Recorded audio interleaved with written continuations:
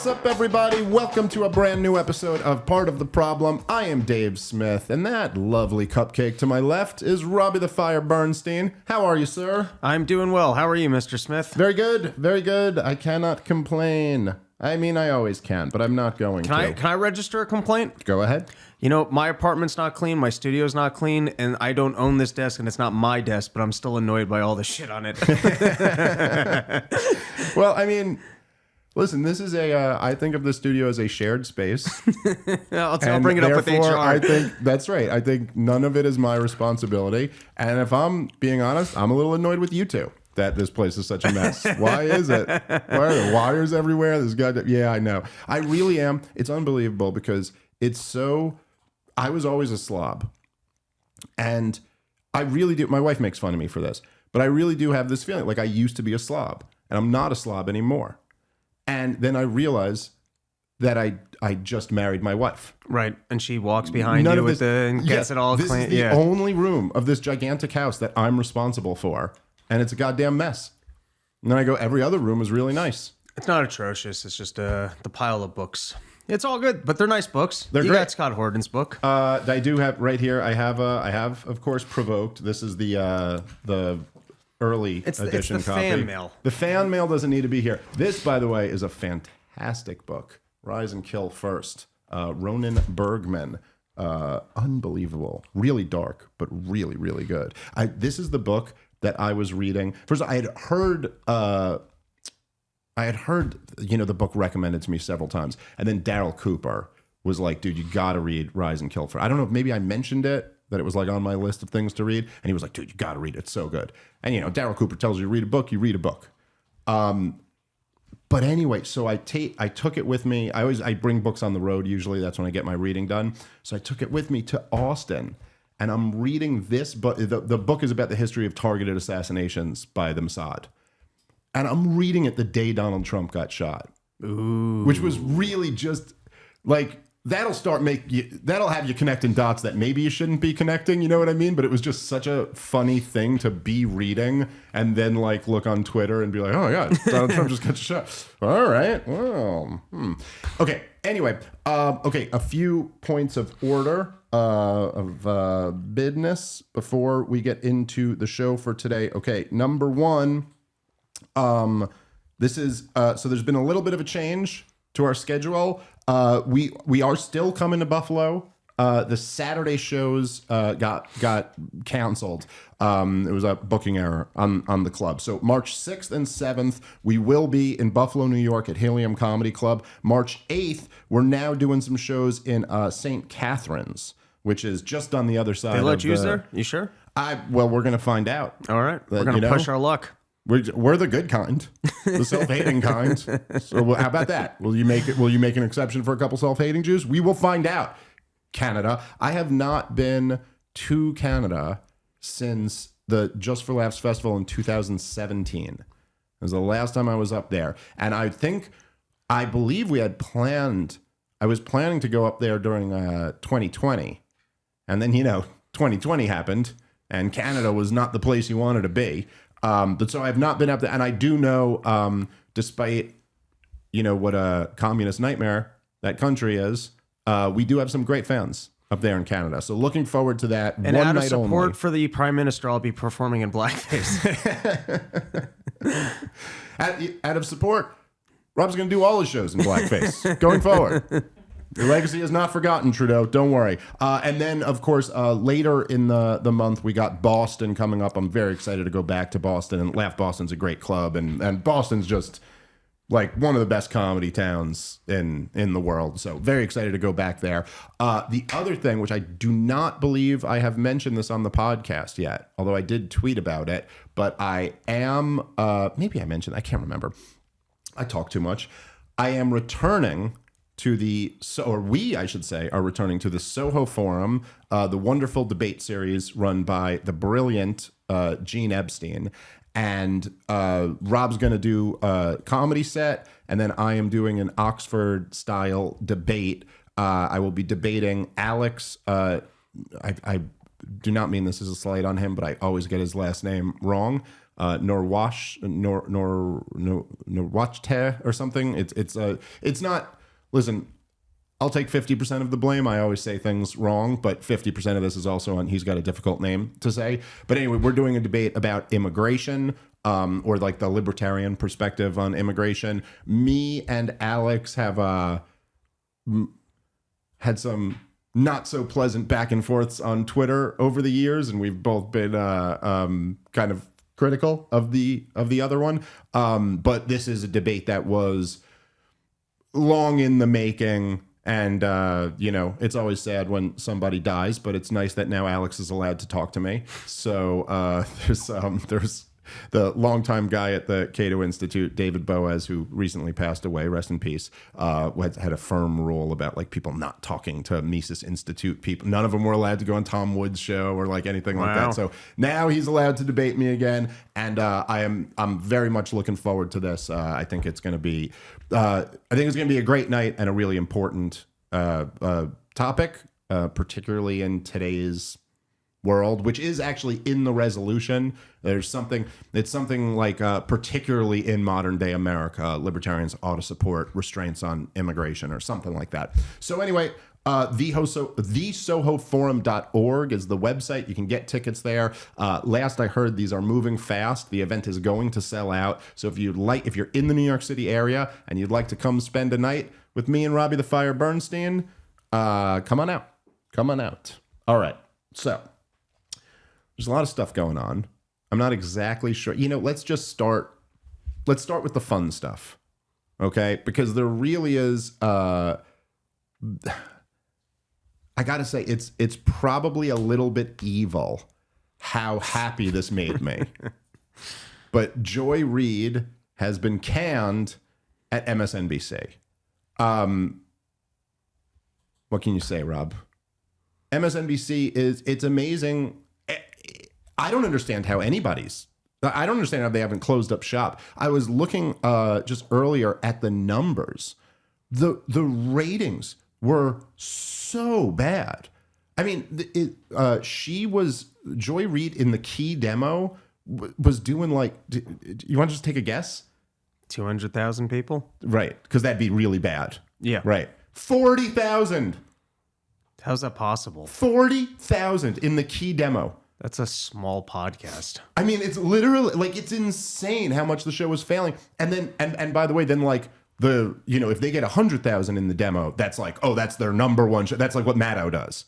Like she gets them like, that's why they had to bring her back. They have no one there. And then you just think about it. Like, I remember it was an interesting thing. Like once podcasts first came out and became a thing, I remember just thinking about it. Really, the comparison that I would make was Sirius Radio, because Sirius Radio had like, some comedy shows there. But then as podcasts started getting big, you would just kind of look at it like on just the business model of it. You're like, okay, so the three of us, we're kind of doing a radio show right now, right? Like what really is the meaningful difference? It's on the internet versus being on a thing that you have to have like in your car or whatever. I don't know. Okay, ours is out of the garage of my house.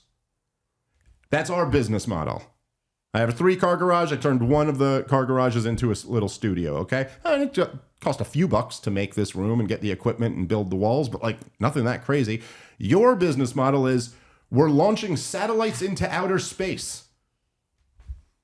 I don't know what that runs you, but my guess is it's not cheap, And so the same with MSNBC. Even you look, it's like these gigantic building in Midtown. They're at the I think they're at the 30 Rock building. It's just like the expenses that go into all of this, and then for the numbers to be this low. Anyway, how is it even shocking to anyone? Like, what is MSNBC is like? Who's it for?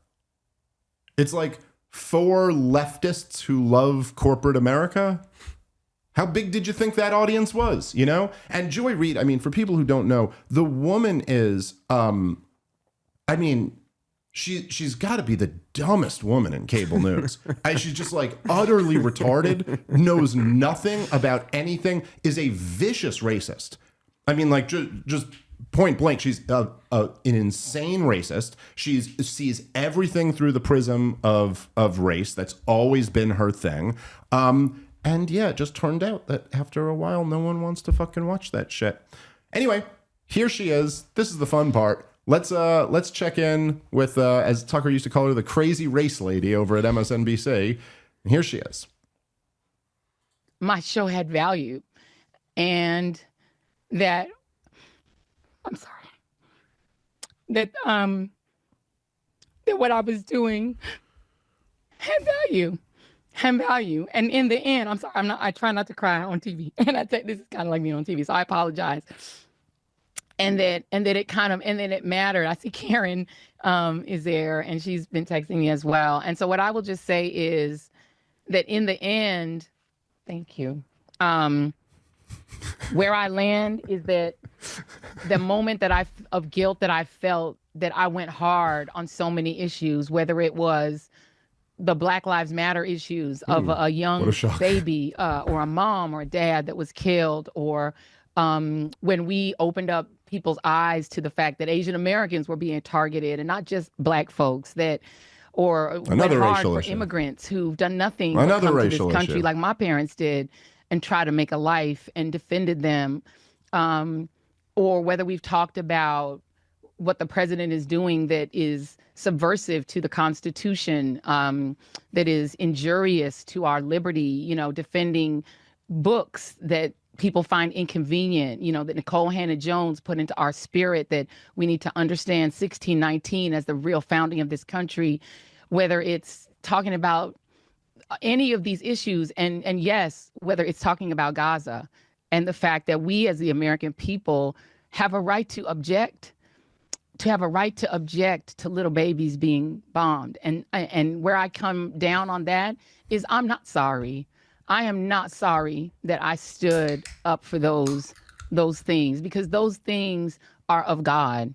And I'm a church girl too. And in a way, you're kind of God, All right, let's essentially that's it. But there is something, and I remember saying this for years, Rob, but there is something about, the look, I mean, there's really no other, the blatant racism that kind of like swept culture and universities and stuff like this particularly over the last decade, probably goes back further than that. But I remember I always would say that, like, I would be pretty goddamn livid, like, if my kids were ever going to a school and they were being taught that, like, whiteness is evil or something like that. Like, that would definitely, I would not send my kid to a school that believed in an ideology that was bigoted toward them. But I would be ready to kill someone if I had like a black kid, or if the ideology was that white people are victims and you are so wonderful, and because I just think I think that's actually worse. Like, it's worse what they're doing to black kids in colleges than what they're doing to white kids in college, because it is like the most poisonous thing. And you see people like her, like, just has it in her. Like, it's racial superiority is what you're teaching. And it's and also with like a victim guilt complex that almost always accompanies racial superiority, by the way. And you just see all she can talk about is how great she was. That's why she got canceled, because she was so great. Like, can you, I just don't, I really can't imagine a scenario where, like, let's just say, whatever the views that our podcast gets, let's say they just evaporated. And after a while, it went down to, like, no one's watching the show anymore, to the point that it's not economically sustainable. Like, you just can't do it anymore. I could never imagine not at least having some element of, like, fuck, what did I do to lose my audience? Like, man, I guess I could have, even if I didn't think I was wrong about the issue, I immediately, my mind would go to, like, I guess I'm not saying this in the right way. I guess I didn't, like, there's something I did wrong. Not an inch of that. She's crying, talking about how great she is and how she's of God and she did everything right. That's her takeaway. The dumbest person on cable news. That's what she thinks of herself. Well, lucky for her, unless she has a non-compete clause, she can take her show to the open market. She can put it out on YouTube, and she could see how much the market actually values her programming.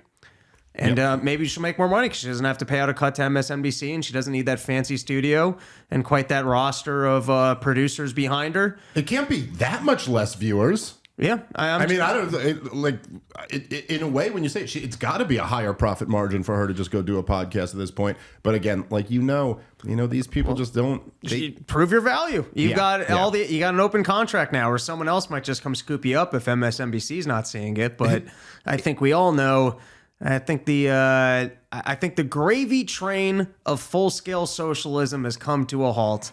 And as the Biden administration was ushered out and people had placed their bets on continuation of socialism and that the internet was going to be censored and that there would continue to be state-run propaganda and that they'd figure out how the pharmaceutical companies or whatever else were going to keep buying out these ad contracts that were going to nowhere so that you could pay for your propaganda. It seems like that's over. And I guess even networks like MSNBC are going... they're like Zelensky at this point. They bet on the wrong administration, and the profits aren't coming, so they got to figure something out. There is something, you make a great point, and it feels like a Ponzi scheme falling apart. Yeah. Like it just has that feel, the whole, so Bernie Madoff, who ran the second biggest Ponzi scheme of all time next to the U.S. government. There might be, maybe the European Union or something is competing, but he ran the biggest private Ponzi scheme, I believe, of all time. And his, they like straight up just forged the documents. They didn't invest.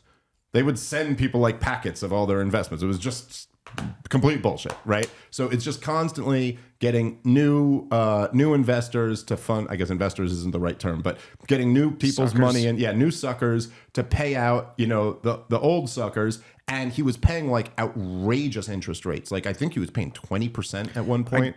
From what I recall, it was just that steady 10 to 12%. Oh, was it? I thought it was higher than that. What sold the storyline was just that for so many years he was so consistent and deemed to be so safe. I believe, but you might be right about. I thought it was more than that. But regardless, so he's paying them out. And if everyone's getting paid out, like even 10 to 12%, you're getting a healthy pay, everyone's kind of happy with that, And it wasn't until the economy went south. And when the economy went south, I think it was only like, it's not like everyone asked for their money back, but enough big investors did that he didn't have nearly enough. And it's like, what's interesting about Ponzi schemes, House of Cards in general, is that they could take a very long time to build.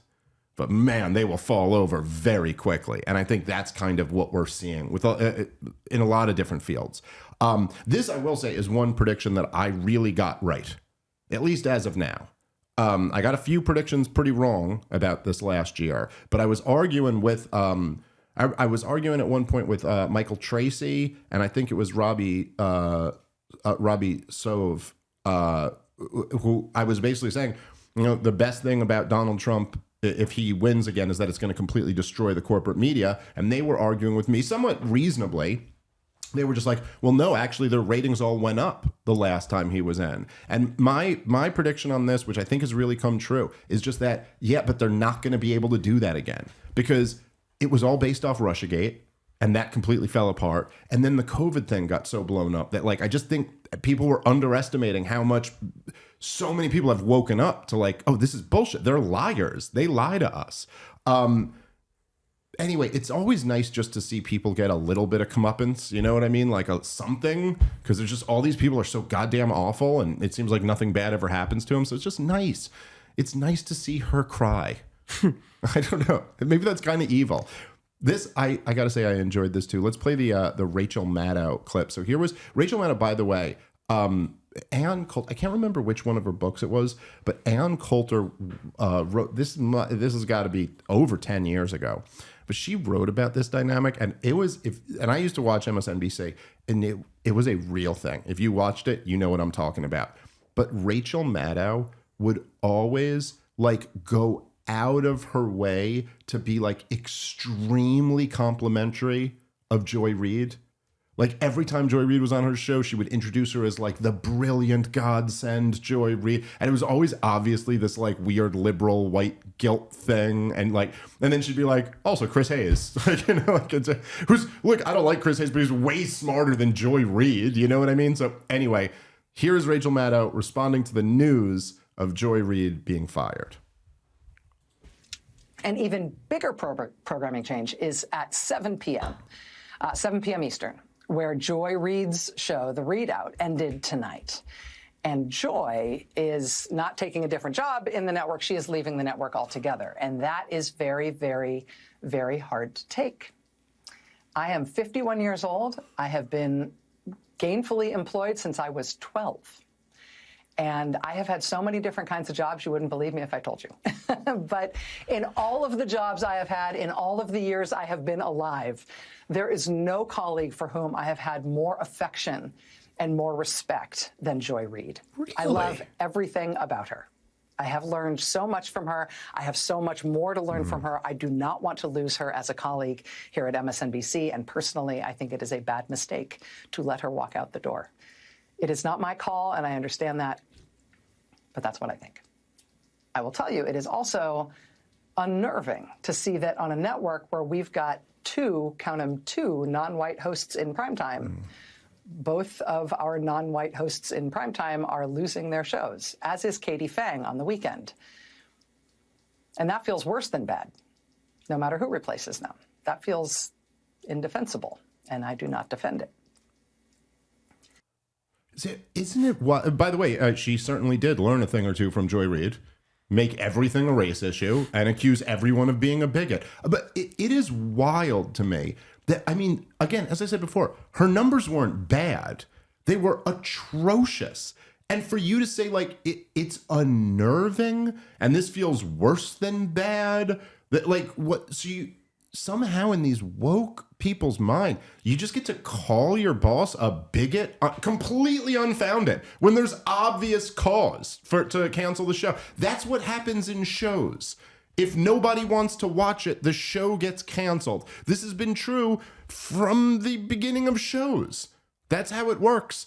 And yet she's gonna, and like, as if you can't just in your own mind think of the obvious retort, which is that, like, I don't know, in what worldview, even in like a left-winger's worldview, do you think if Joy Ann Reid's show was getting 10 million viewers a night, MSNBC would be like, damn it, this black is succeeding, you know? I just hate, you know, is that how big corporations are? Not unless they're showing January 6th footage. Yeah, right, exactly. Well, you know, you got a point there. What she'd have to do to get those ratings might actually piss them off. But it's like, it's just such an obvious thing where it's like, these decisions aren't being made. Who cares who the non-white hosts are?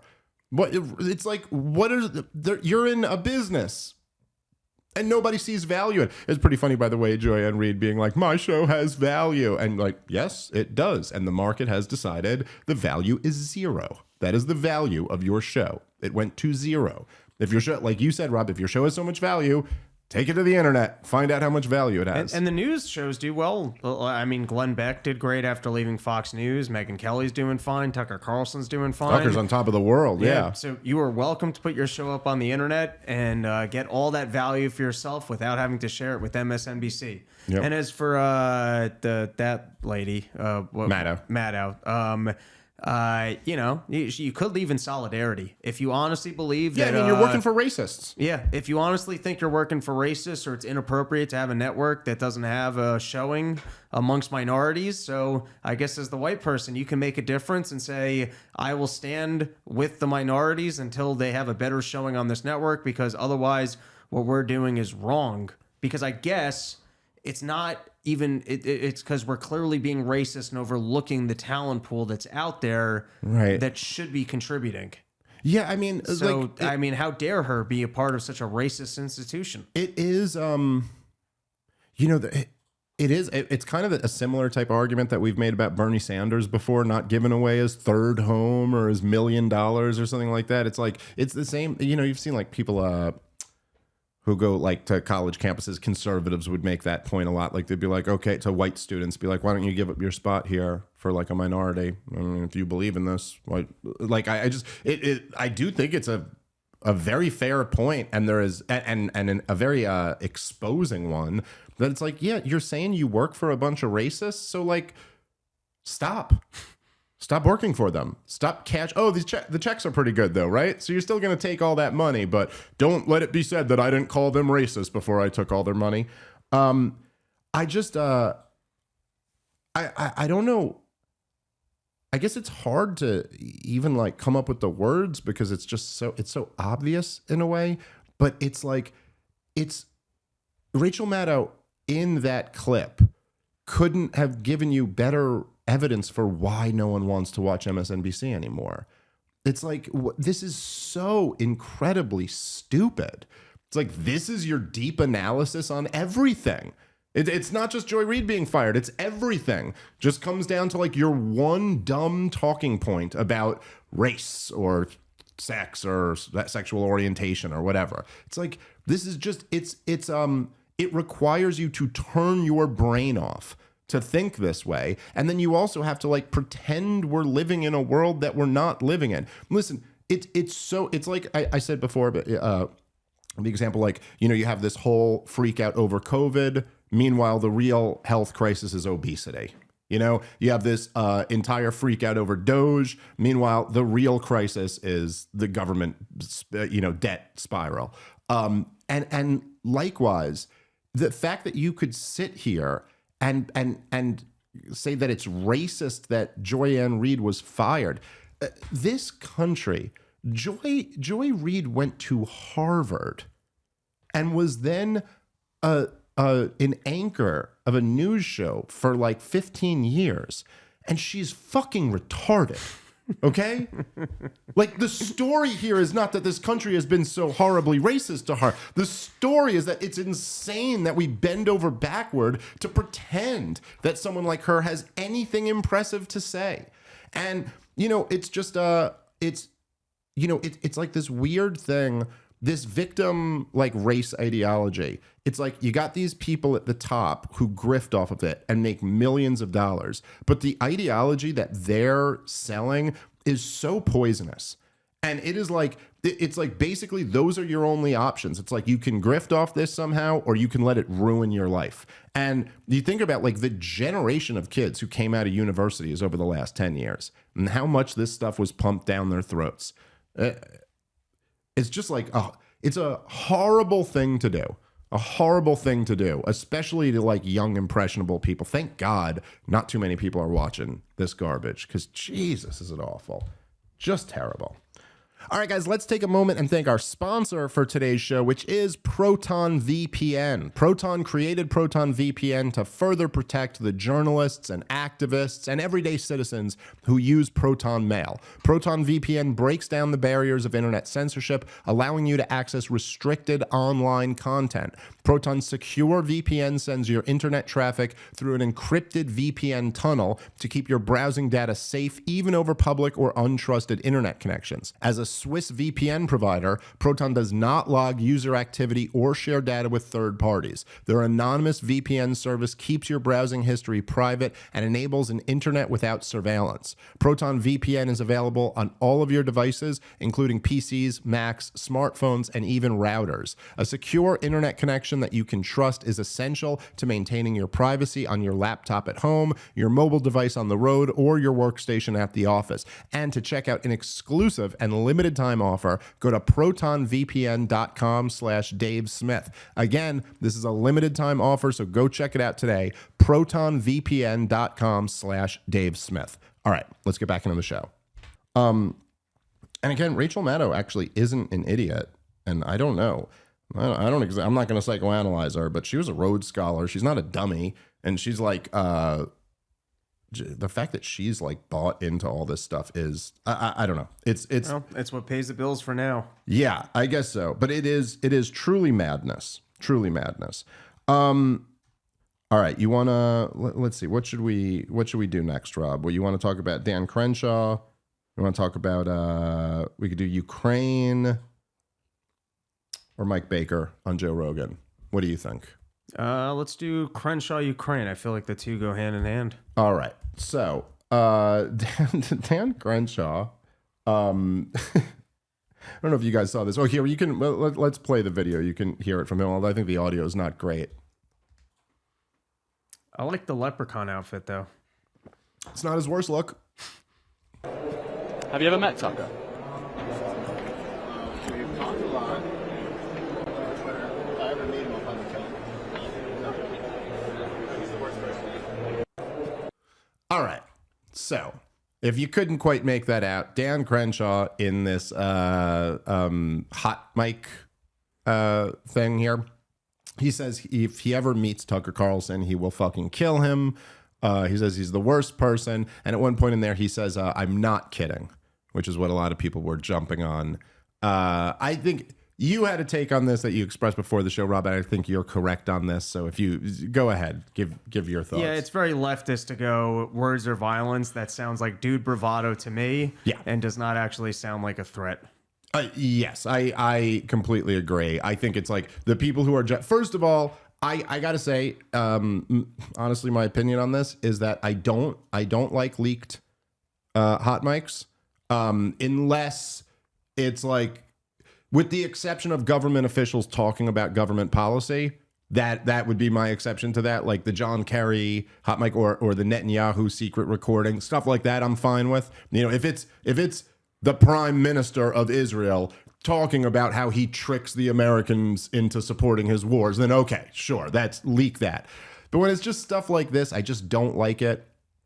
I feel the same way about like text messages. You know, there was like there was some Angela McArdle, the former chair of the Libertarian Party. I remember they had someone like had leaked some of her, like a group chat or something like that, and it was like messages that came out right around the time when I pulled out and wasn't running. And she was saying some like, you know, not the nicest stuff about me. And people were like sending it to me like, oh, look what she said. And I'm like, stop sending this to me. Like, she didn't say that to me. And she's saying it privately. And then someone's going around. And you're also like, look, people are allowed to vent. They're allowed to have a moment like that. You know what I mean? Like, it's just, and people, I think, you know, sometimes like, I think about it like the example I would give is like if somebody, let's say somebody like hacked into your text messages, and let's say you're in a long-term relationship or a marriage or something like that, and they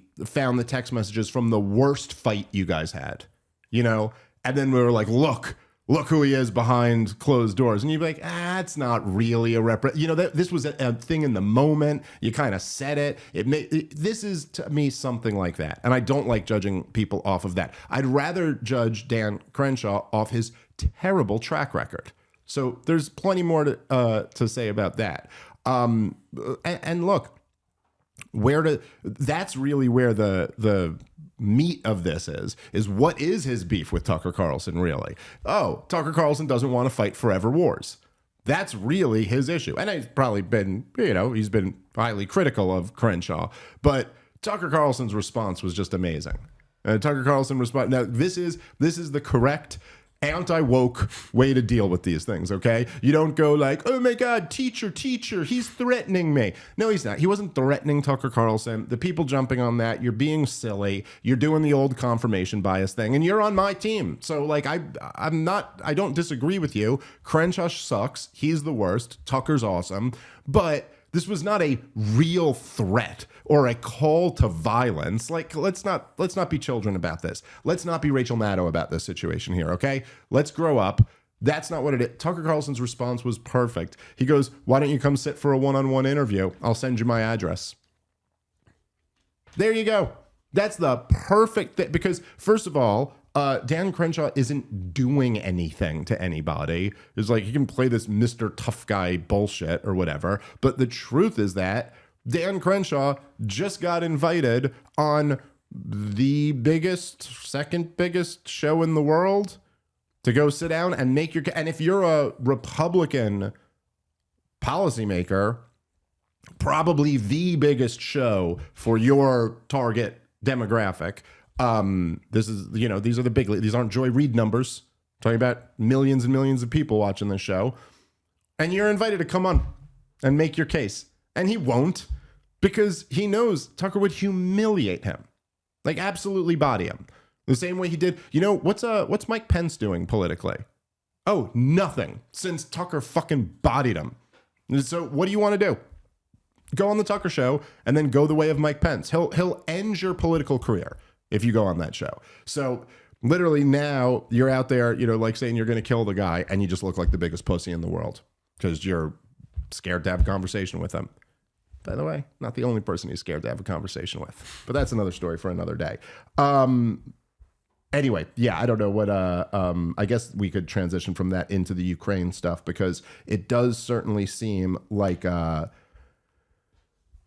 Carlson and the more non-interventionist wing, which we would both fall into, it does seem like we are kind of winning the day on this. Even, as is always kind of the case, right, Rob? I think this is true with almost every issue. I think almost every issue over this show, since me and you have been doing this show together, that you would say was like a major focus of ours, we almost always get vindicated on it. I actually say always on the major ones. And even now, I just see, because I did a lot of these Ukraine debates over the last couple years, and even now I see the tone has totally changed. Like even when I'm arguing with other people on the other side, nobody's saying that we have to fund them forever. Ukraine will win. Ukrainians just want to fight. We're going to take back Crimea. No one's saying any of this shit anymore. It's like the conversation has just turned in our favor.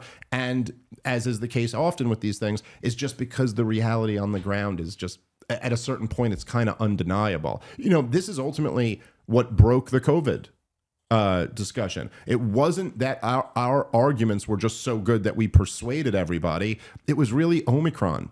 Omicron did what none of us could do. And it was just that it tore through and infected the vaccinated and unvaccinated alike. And it was so contagious and so everywhere that no one could pretend that any of these measures had been successful, or that it was just like the whole thing fell apart under the weight of its own bullshit. And the same thing is happening in Ukraine right now. In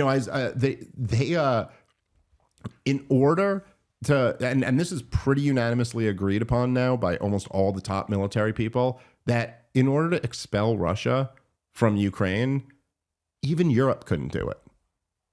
Like it would take the 82nd Airborne. Like that's what we'd have to do. We'd have to go World War II style into Ukraine to fucking kick their, and America could do that. Like we probably are the only ones who could do it.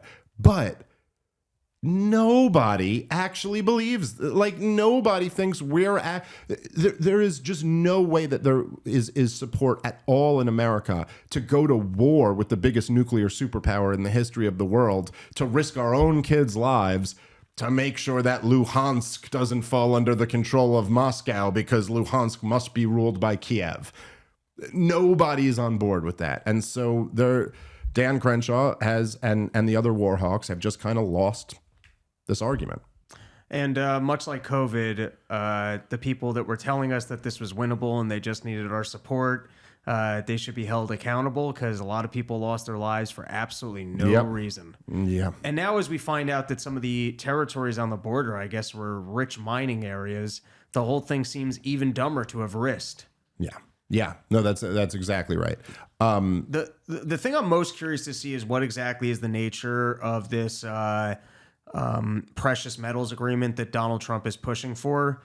Because if we're ending the war and Ukraine's going to have to give up territory for the war being over, and part of ending the war is that Ukraine's giving up territory and they will not be joining NATO, it seems overly punitive for us to demand that as a part of the war, we also get mineral rights.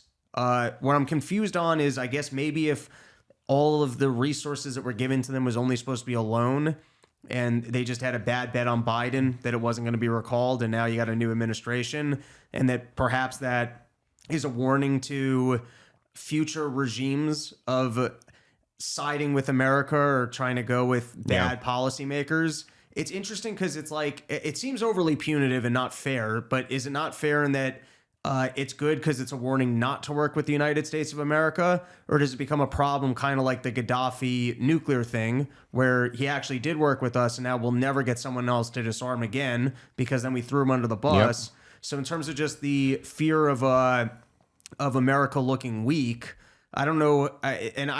These are not really my concerns, but I'm just saying for everyone that said, hey, we have to defend the red line in Ukraine because if Putin thinks he can expand, then China's going to go and take Taiwan, and we look weak, and that's bad for the world order, so we have to defend borders.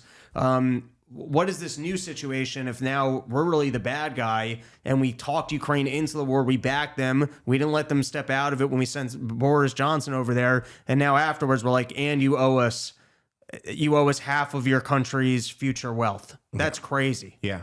It's I said the other day on the show, I think it was the one where you weren't on, but I said it's gangster shit. It's just a pure shakedown.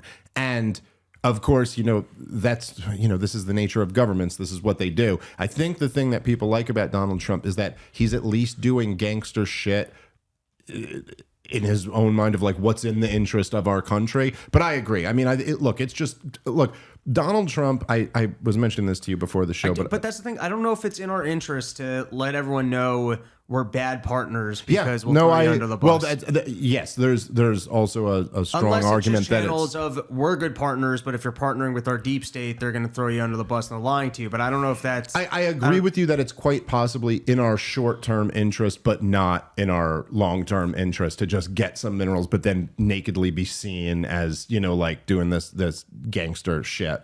I do think that there's... so I had, I mentioned this to you. I'll quickly tell the story. But so I had like my high school English teacher, who I liked. He was a good guy. And he was one of my few teachers who I liked in high school. And he just the other day tagged me on Facebook, and which I don't even use anymore. I happened to just go on it and I saw there was like, oh shit, Mr. Sheltain.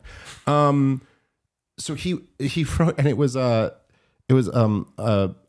New York Times piece, an interview with Bret Stephens, who it's just like the absolute worst. And he was like, oh, this is really interesting. I'm curious your thoughts, Dave. Well, and it was Bret Stephens saying that, Donald Trump is transforming us into a predator state and he likes the dictator rather than liking the guy defending democracy. And, it was like, he's a liberal, I think. And everybody commenting on his page was a liberal. And it's like, you're almost trying to go like I tried to approach it the right way where I was like, okay, look, first off, here's who Bret Stephens is, okay? This is neoconservative Bret Stephens, okay? Like, the neoconservative label ought to tell you liberals you don't have to be on his side. You know what I mean? Like, and I said, I mentioned in there because I'm always, try to attack the left from the left type thing. I was like, you remember when Obama made fun of Mitt Romney for saying Russia is our biggest enemy?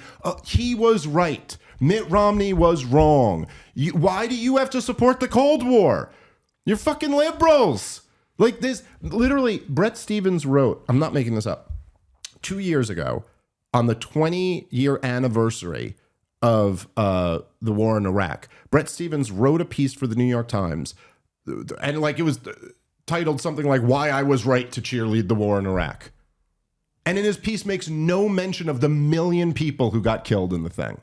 He just said, well, Saddam was a bad dictator and that bad dictator ain't there anymore. So no, I don't regret being against that bad dictator. No mention of like the young men who enlisted and went and fought there. By the way, Bret Stephens was a pretty young guy when this happened, and he wasn't amongst them, would you believe it? The young men who went over there whose lives are ruined now, forget the ones just who committed suicide, but the ones who are like double amputees or just are horribly depressed and can't unsee the shit that they did over there, all that. No mention of any of that. No mention of any of the costs. And that guy's going to tell you that ending a war makes us a predator nation because Donald Trump is saying some nice things about Putin on the way there. And like, there was a lot. I was on Piers Morgan the other day and they were making a lot over this this UN resolution. There's like a UN resolution to condemn Russia. And the US didn't vote for it. And they're all going, oh my God, see, like on Piers Morgan, the panel, he loves authoritarians or something. And you're like, guys, why? What's to be gained? He's trying to negotiate a peace with this guy. What? You just want him to come out and call him mean names? And like, I'm not even saying, look, obviously Donald Trump was the art of the deal, and in business, he's known as like this negotiator. That doesn't always work out the same way in government. And I think he's failed at several negotiations in his first term. And I don't think the way he's talking about Gaza is a good negotiating strategy. But like, come on, it would just be so stupid for Donald Trump at this point to just piss Putin off for no reason. Like, what? It's pure virtue signaling just to say, he's a dictator. I condemn what he did. We're trying to end a war here. It's just insane that people think this way, you know? Yeah, and just condemn Biden for getting everyone into this mess for absolutely no reason. All right, guys, let's take a moment and thank our sponsor for today's show, which is Monetary Metals. I've been telling you guys about this company for a while. I love these guys, great people who work there, and they're really revolutionizing the precious metal space. There's a better way to own gold and silver now, and that is with Monetary Metals, because you're not just owning gold, you're not just owning silver, you're owning precious metals that work for you, and they generate interest in gold and silver, paid in gold and silver. For the last 8 years, Monetary Metals has been paying clients between 2 to 5% on their physical gold and silver holdings, all while enjoying free storage and insurance. So straight up, if you're just collecting fees for storing your gold or silver, you're doing it all wrong. Go to Monetary Metals. You don't have to pay those fees. Plus, you get interest in gold and silver. So you're increasing your total ounces over time. Check them out at monetary-metals.com to learn more about putting your precious metals to work today.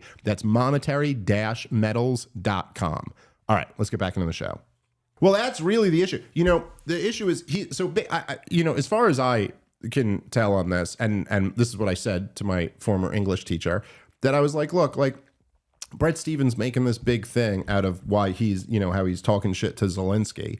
And he's saying, oh, this is because Donald Trump wants to transform us from this nation that supports democracy to a nation that supports dictatorship or whatever. And it's like, no. Zelensky pissed him off.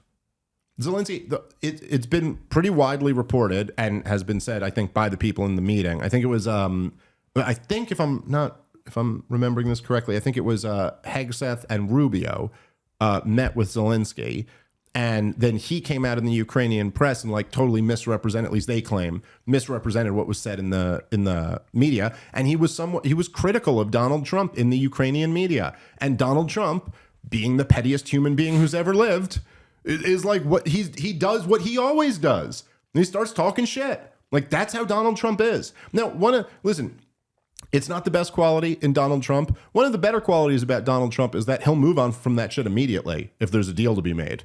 Like, it doesn't matter what he said to you or what you say to him. If you can do business after that, he's totally fine to do business.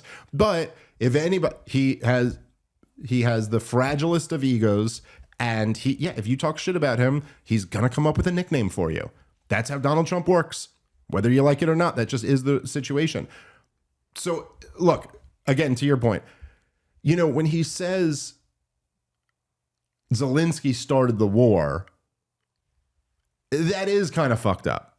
Because it's like, really, like, there's an argument, but the argument would be, look, there's a very strong argument to just say Vladimir Putin started the war. Vladimir Putin invaded the country, and there's, I don't even, I've seen different figures about the wars and how many people have died and the ratio of Russians to Ukrainians. But I think it's pretty much, there's a consensus that it's in the hundreds of thousands of people, and probably high hundreds of thousands at this point. And Vladimir Putin did that. He decided to take it to the level of invading. And in Scott's book, he has a chapter on like what the other options are that he could have done other than invade the country. And I do think that Scott's right about it. Like, it's not justified what he did. But you really could argue that the Obama administration started the war in 2014. I mean, I don't think there's an argument that Zelensky started the war. I mean, yes, you could say he didn't implement the Minsk agreements or whatever, and yes, he was you could blame him for the part of the civil war that he was responsible for. But look, like, I mean, I know I've said this before, I'm sure I'll say it again, but and I said this the other day on Piers Morgan's show too, and also they had like a general who I was not familiar with, but was a general, was on the show. He totally backed me up on this, which I was not. I was thinking, oh, I'm going to have to debate this general guy, which is always a little intimidating because, you know, they're just like, you know, I'm a fucking podcaster and he's a goddamn general in the military. But then he totally backed me up on it. And I was just like, look, what do you, and I just said the old thing. I go, look, just game this out. What would we do? What would America do if China said they were going to bring Mexico into their military alliance? And then we were very concerned about that. And then the president of Mexico decided he wasn't going to do a deal. Like, as China's saying they're going to bring him into their military alliance, they're also floating out an economic partnership. And then the president of Mexico goes, now, you know what? I'm not going to join this partnership, this economic partnership with China. I'm going to join an economic partnership with our neighbor, the United States of America. And then China pumped tens of millions of dollars into a protest movement against that president, democratically elected, and got him overthrown from power. And then the new guy joined that deal with them. And you're like, what would we do? And if you don't think that Washington, D.C. would invade that country in a second, there is simply no way that we would ever tolerate that. And in fact, that's what got America into World War I. Was that they said it wasn't even ever going to happen, but they said Mexico was going to join in with their alliance. And we went, okay, well, then total war. Then that's our response to that. And what was Jack Kennedy's response to them putting nuclear weapons in Cuba? He said, I'm treating that as a nuclear attack on the United States of America, meaning I will blow up the world. Like, and I'll tell you, I don't know too many people, even real non-interventionist libertarian types, which are the circles I swim in. I don't know too many people who think Jack Kennedy was wrong to say that. To say that, like, no, we cannot tolerate nuclear weapons in Cuba pointed at America. I mean, you know how fucking close Cuba is to us? Like, we were just down in Key West right there. Yeah, we're right there. Like, it's just right there. People raft over from Cuba. You can't have nuclear weapons pointed at you from there. It's a knife to your throat, which is I think was a line Putin said about about military hardware in Poland. He said this is like a knife to our throat, and that's in Poland. Ukraine is closer, you know. So again, I think the Donald Trump shit talking Zelensky, I think, is personal and doesn't really add much to the negotiating. But I think saying nice things about Vladimir Putin is like, that's just a smart negotiating tactic right now. People can have a problem with it if they want to, but I don't see what, you know, it's like in DC, it's just forever wars never make you, that never turns you into a predator state. But yet as soon as somebody actually looks like they're going to end one, that's when all these people start attacking. It's the most upside down demonic like thinking. Yeah, I haven't seen, or I don't think the full details on it are available. At first, it seemed to me that perhaps we were going to continue to back the war, but we were saying we want mineral rights in return for backing. Now it sounds like, no, war's over and we still want the mineral rights, which either sounds punitive or perhaps Donald Trump has some different play in mind, which is specifically to get Zelensky out and then maybe cut a better deal with somebody else. But I also don't understand the security guarantee. So they're not going to be a part of NATO, but the U.S. is going to be more invested in the country, and Putin's going to be okay with that. And I don't understand how you don't end up with essentially the relationship we have with Taiwan with the semiconductors, where we've stupidly rely on the semiconductors there, but we're not actually we don't actually have the ability to defend it. Right. So why would we have the strategic asset there? So on the same note, if we're not actually going to go to war with Russia over a strategic asset in Ukraine of minerals, then firstly, it's not a guarantee, and then it's dumb to be relying on that or cultivating it as a strategic asset. Look, I mean, I can't say anything other than it's just gangster shit. I mean, you're right that's how the Trump administration is trying to sell it to Ukraine. They're trying to sell like, well, hey, if we're very invested in you because you give us your minerals, then we'd have an interest in Vladimir Putin not coming in and invading. But at the same time, we're saying, you can't join NATO. We can't give you security guarantees. So in other words, it's just like, give us your shit And then we'll be incentivized to protect you. P.S. We're not going to protect you. Yeah, it's and look, I mean, I also do think, and this is my view of the situation, is that I think that like the people of Ukraine, you know, forget their criminal government, forget the Russian criminal government and our criminal government for a minute, but the people of Ukraine have been real victims of all three of these criminal organizations. Like the worst victims of this whole thing have been the people of Ukraine who've lost their fucking country. It's been destroyed. You know, many of the women and children fled at the very beginning, and many of the men were not allowed to. There, you know, it's unbelievable too. You know, it reminds me of like the stuff with all these wars.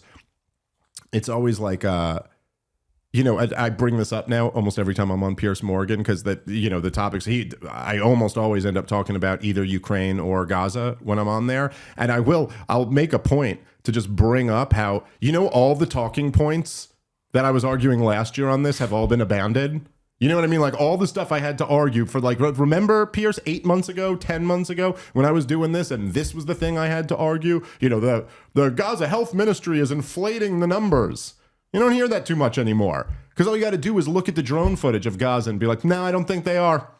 I don't think they are at all.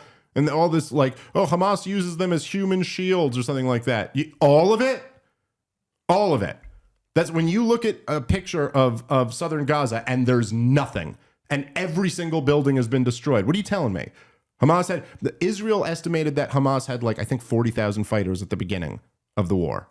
So like, just do the math here with me. There was a Hamas, you know, cell in every single one of these buildings. I don't think so. And so anyway, but with in Ukraine, it's like the talking points, they've all just been abandoned. Like no one's even arguing the stuff that they were arguing a couple years ago. So I just totally brain farted. I had a specific one in mind. Maybe it'll come back to me. But it's just, it's like the way these things always go. It's the way they always go. And the whole time the cheerleaders are like, oh, it's, you know, this is how it's gonna go. They give you the picture. You know, how many times did Biden and his surrogates tell us that Ukraine was gonna win and that they were, and it was all bullshit the entire time. Anyway, the point I was making was that, here was the example. I got it back. Was that, I just remember this was the most popular talking point at the beginning of the war, that Ukrainians want to fight. They want to fight. Believe me. They want to fight this war. And I would always just, because it's the most basic libertarian insight of all, I'd be like, well, then why are they fighting with a conscripted army? You know, like if they want to fight so much, how come it's just like very basic. Like if I put a gun to your head and I say like, come with me, we're going for a drive. And then I say to everybody else, no, he really wants to come for a drive with me. It's like, okay, well, in that case, put the gun down and we'll figure out if he really wants to come or not.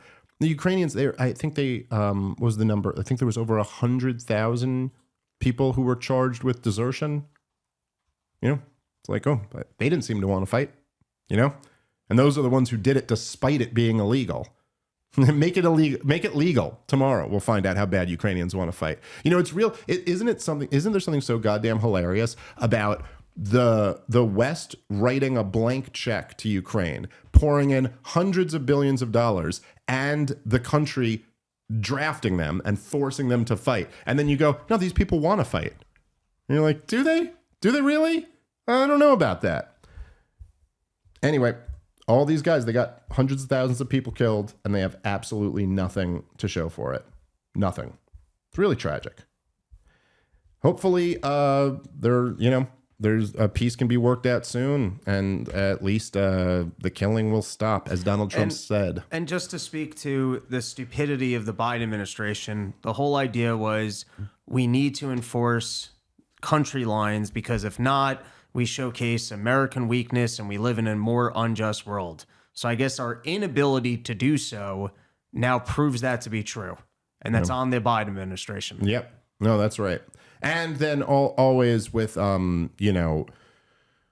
references to World War II, as is always the case, you know. And then that, by the way, that's where I lost the general. He was agreeing with me about the Russia shit, but then it came to Gaza, you know, and I was talking about how horrible it is, and he was like, well, I mean, after, you know, we killed a lot of people in World War II. It's like, that's always what they go to.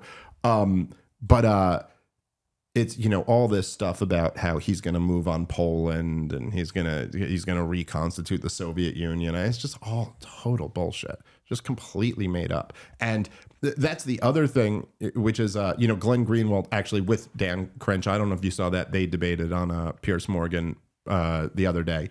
But, you know, he called him out on it. It was so great. And Crenshaw just had nothing to say to it. But he goes, because Crenshaw does the thing that they always do. Where they go, he says the thing goes, Russia's a third-rate country, you know, a gas station with nukes or whatever they always call them. And then Glenn Greenwald goes like, okay, well, I mean, which one is it? You know, is he this puny little weak country, or is he about to reconstitute the Soviet Union and take over half of Europe? Because I just don't know. Look, one of the major things that did come out of this war is, if you remember back, there was it was in one of the Bill Burns memos. I don't think it was the Niet means Niet one. I think it was one of the other ones that got leaked. But Vladimir Putin had said, his famous line was, "I could be in Kiev in a week." You know, like he was, and I think this was, and in fact, Scott's got it in the book. I can't remember it off the top of my head, but there were like colonels in the military who were already talking about an insurgency in the first month of the war when Vladimir Putin first invaded. So they were talking about us backing an insurgency. In other words, they expected Ukraine to fall. And then it would just be an insurgency that was fighting against Vladimir Putin. And that didn't end up happening. Ukraine did much better in this war than I would have predicted they would have done. Now, of course, that is very related to the fact that they had a blank check from the entire Western world. I mean, that Vladimir Putin quite possibly would have been right absent the hundreds of billions of dollars that poured in from the West, right? Like if it was just a one-on-one fight, maybe he would have been in Kiev in a week. Also, the fact that from 2014 to 2022, NATO was doing joint military exercises with the Ukrainian military, and perhaps that got them a little bit in better shape. But regardless of that, I just don't even know how anybody, like, how does this talking point even work anymore? He couldn't even, like, he fought for years in Ukraine and was able to take some pieces of the thing, but not even control the entire country. Where do you get from that then he's going to launch a war with Poland and take on all of NATO? Now, I don't want to give Putin too much credit here, and maybe this is just my lack of actual foreign policy information. It's a little bit unclear if it was more of a siege than it was. No, look, that's a fair point too. It's not clear that the Russians wanted to take all of Ukraine, so that's a fair point to make as well. But regardless, they still have fought and lost a lot of people, and this has not been an easy war for them. The idea that they're reconstituting the Soviet Union is just this is like a neocon wet dream of this being a real threat, so we're justified to fight this war. All bullshit. All right, we got to wrap up there. Thank you guys very much, as always, for listening. ComicDaveSmith.com. Go check out Run Your Mouth if you have not already, Rob's other fantastic podcast. Anything else you want to plug, Rob?